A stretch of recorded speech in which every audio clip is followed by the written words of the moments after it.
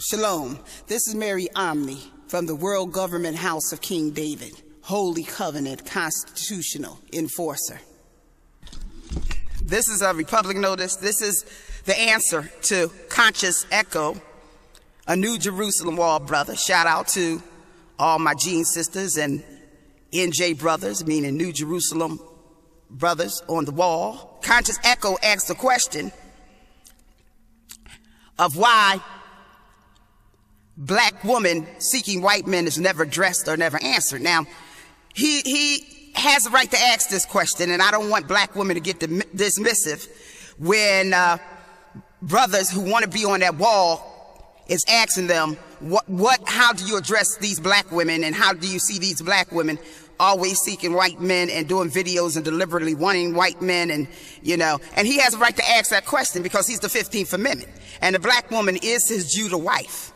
And he wants some understanding to communicate on her and how she got to this point where many of them do seek out white men. And he has the right to ask that question as the 15th Amendment of the black women and his Judah wife in dialogue of understanding. And once he gets some level of understanding, it will make him a better New Jerusalem wall holder. He will be able to understand his 15th Amendment and his role better. So I don't believe in being dismissive. I saw him asking this on Miss Archduchess. She's a young lady who featured one of my videos called Black Vaginal Envy, and I was reading the comments, and he was saying that, y'all seem to go halfway and no one wants to address this issue about black women seeking white men. And I don't feel as though it's an issue that should be dismissed, and we should be dismissive of him, because he is the Republic, and he is of the Holy Covenant, and he is the 15th Amendment, and he is the contracted husband of the black woman.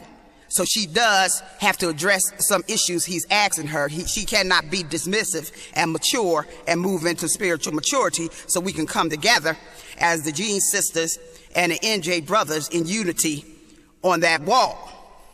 Okay, and I believe Consciousecho may be expressing the concerns of other men who want to be with black women, but they find some of them seem to be seeking white men, and they also find them harder to approach. And as he was saying, he found other women approach him easy, and they seem to be more friendlier, they seem to like him more, they seem to be more adorable to him and want to communicate with him, whereas black women seem to be kind of a little distant and a little offstandish. Now, I want to address these issues in this particular video because in the kingdom we want to preserve the Judah infant, and preserving the Judah infant is high rank, okay, because the Judah infant is the God's sovereignty. So we have to answer Consciousecho because he's part of the unit that will create the God sovereign that's also cosmically sovereign. And I'm going to answer the best way I can because all knowledge is from the Most High, and I ask him to keep an open mind, and I ask other people to keep an open mind as much as they can. Now, there's something called alienation of affection, okay? And we heard this term, and we heard it before, and a lot of time it comes up in cases of marriage.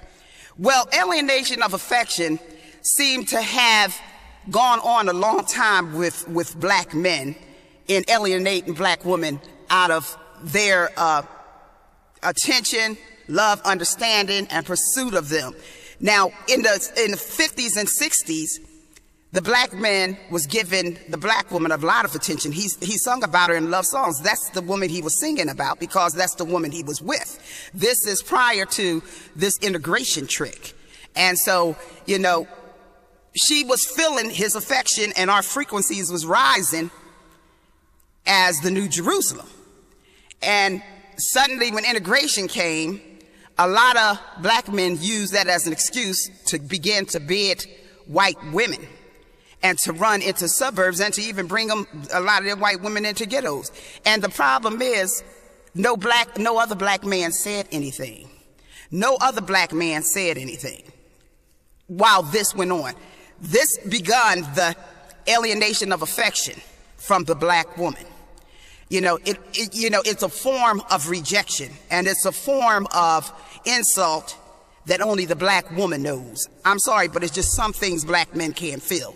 They can't feel the deep insult of a black woman when you bring in white women to her community, up upon her, and, as soon as you get a chance, you run and start bedding white women.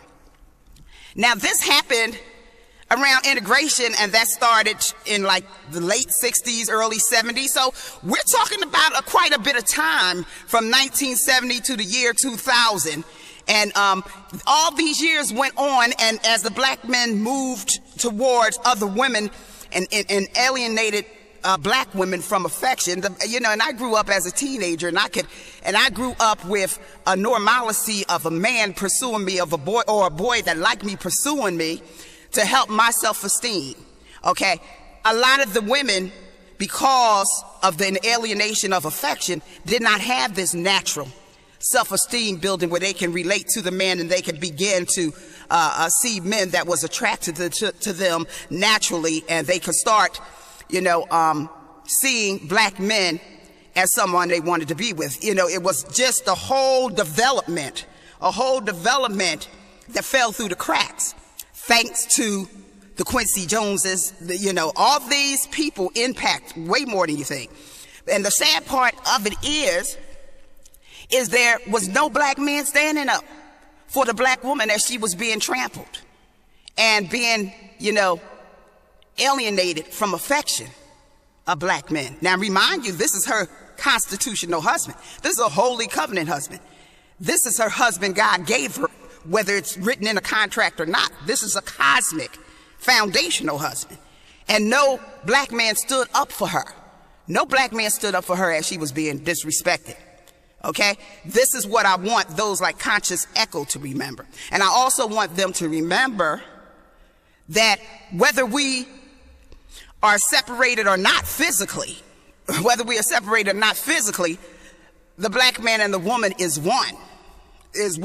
Okay? She is his rib. And therefore, when you see black women seeking white men, understand the fact that she's probably the rib. Now listen to this closely. She's probably the rib of a man with a white woman, because this is how Satan and Dracon energy works. It goes through the man, and it'll put him into the company of seeking white woman first, and then once it gets his spirit essence energy, it boomerangs to the woman who is his rib, and so then she starts following him on a subconscious level that she don't even know exists, and start pursuing white men. It's just like this. If you look at my videos on draconic faggotry, and you listen to all three, you'll see that I say some of these black men in faggotry running around swinging their arms and in extreme of being a feminine man, and even more feminine than women, probably have their rib not too far from them strolling like a man. See, while he's acting feminine, because he may be what we call a faggot or in faggotry, but it's still a woman that has his rib. And the woman that has his rib while he in faggotry is running around strolling. Okay? Because once the infiltration takes place, it can permeate through the essence of whoever his rib with. So when you see these black women actually deliberately pursuing white men, she's carrying the rib of a man that's probably with a white woman. Okay? She's carrying the rib of a man that's probably with a white woman that's alienating her out of affection. And then she's getting on, she might not even know it, she might be getting on a little desperate level. I was really sad when I saw a sister on ABC about how black women find it hard to find a husband. And she was saying that this white man said hi to her, and she said hi to him, and she made eye contact with him. And then she was telling the rest of the audience that he didn't ask for her number, that this white guy didn't ask for her number. And she seemed to be really sad. So this white guy looked at her and spoke, and she felt as though he should ask for her number. And to me, this really hit home that a lot of black women feel this desperation, and they don't even know why they're feeling it. But a lot of times they're feeling it because they the rib of a man that's with a white woman. They the rib of a man that's with a white woman that black men never stood up and said, why you with that white woman? But King Shabir of the Black Panthers in Philly, and they had him on Geraldo Rivera. he stood up to this black man who brought a white to a black event called Adunde. And he was outraged that this black man brought this white woman to Adunde. And see, in truth, like King Sabir, that's the outrage all black men should have had when these black men started bringing white women in ghettos and started running with white women. They should have been outraged. They should have been outraged. Because why? This is a threat to their nation.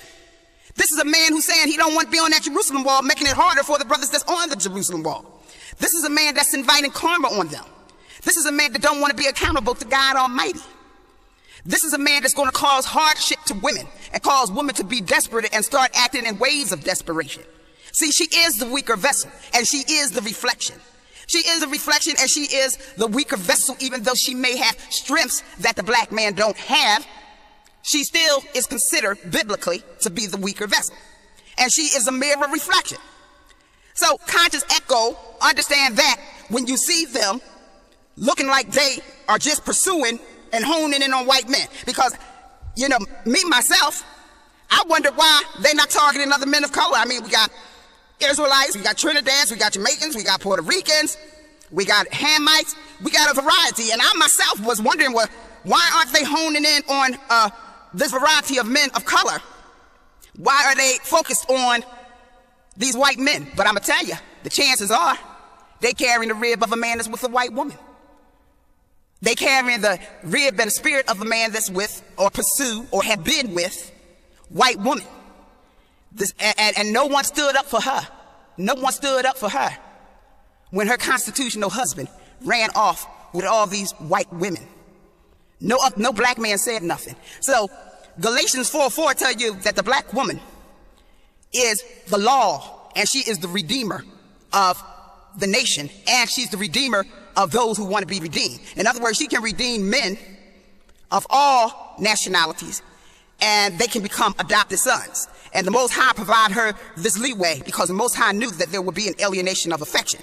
And what proves this is these two biblical chapters, Galatians 4, chapter 4, will give you an understanding of this, and Matthew 5:32. In Matthew 5:32, it says that her husband left her for the cause of fornication. Therefore, she cannot be blamed when another man comes in and take up with her. And when another man comes and take up with her, you can't even not accuse her of adultery. The other man is taken up with her, that is divorced, and his real wife, or his wife he was ribbed to, he is accused of adultery. Matthew 5:32 tells you that both men are accused of adultery because the Judah woman man wanted to put her aside for the cause of fornication, because no black man can contractually or cosmically marry another woman. All he can do is fornicate and commit adultery. So Matthew 5:32 tells you that the black woman that you said seeking these white men is blameless. Is blameless. The men who take up with her is their fault, and the man who left her for the cause of fornication is their fault. And that's why I told you to keep an open mind. But if you look up Matthew 5:32, they explain it. If you look up Galatians chapter 4, it explains the law of the woman. See, she's the original earth anyway. So she's the primordial womb. So that means she's the most, she's the most highest ranked woman on the planet that cannot be infiltrated by all this genetic manipulation. But because she can't be manipulated as easily by genetic manipulation, sons can come through her as adoption for the kingdom. And thereby she can preserve Ephraim heirs. And Ephraim was the father of many nations because Jacob adopted him. Jacob adopted Ephraim, and he's the father of many nations. Now, only men are adopted. There is no women adopted in the kingdom simply because they're mutated wombs and they can be genetically manipulated. Only the black woman womb, the woman seed, cannot be genetically manipulated. So she is the key to preservation of true humanity. Whether she pursues white men or not, this is the way it's set up. Her husband put her away for fornication, and no other man stood up in enough numbers and said it was wrong. Okay, Consciousecho? I hope I covered some of the issues because you deserve an answer. You're the 15th New Jerusalem Wall, and we want our NJ brothers to feel as though we're not closed to communicating their concerns. I hope that gives you an idea of what went on. This is Mary Omni from the House of King David. Shalom. This is Mary Omni from the House of King David. Shalom.